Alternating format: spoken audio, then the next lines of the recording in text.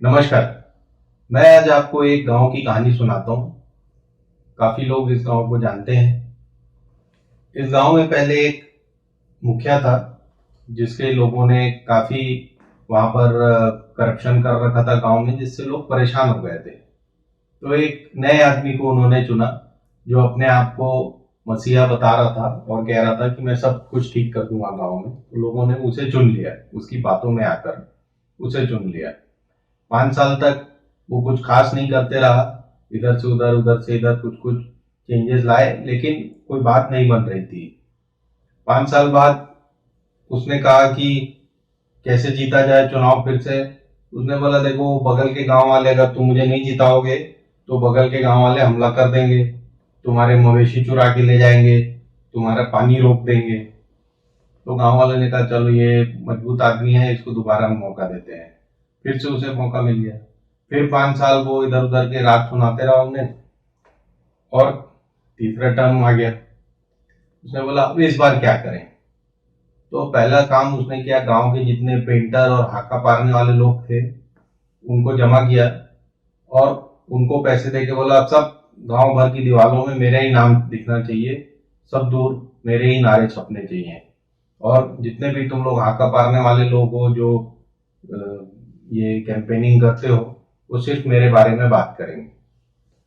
तो वो उसके हाके पारने शुरू हो गए।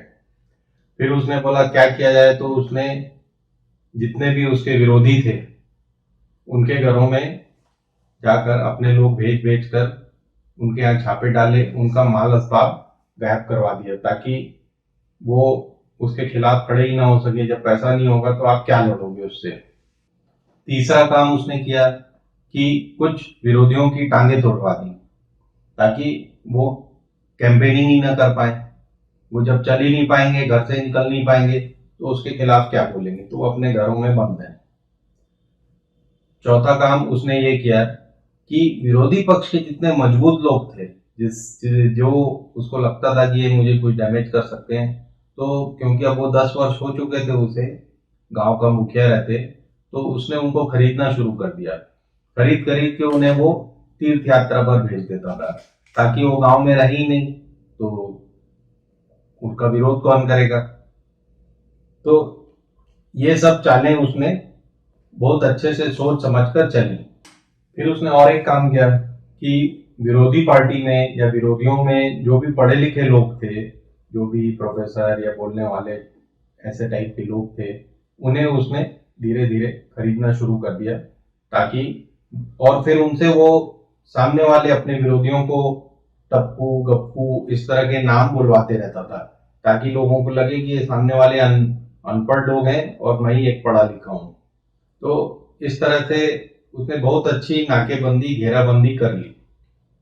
फिर भी उसे कॉन्फिडेंस नहीं हो रहा था कि आखिर मैं जीतूंगा कैसे, तीसरा टर्म कैसे मिलेगा मुझे।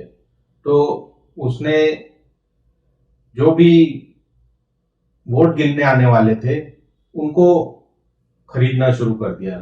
एक उसमें 3-4 लोग थे जो वोट गिनने आते थे, तो उनमें से एक ने मना कर दिया, तो उसने बोला चलो बदलो इनको। तो चारों उसने अपने नए अपने ढंग के लोग खड़े कर लिए।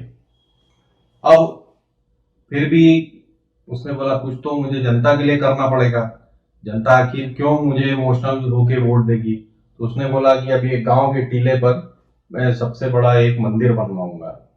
तो गांव वाले खुश हो गए, उनने बोला चलो हमारे गांव में भी एक अच्छा बड़ा मंदिर बन जाएगा।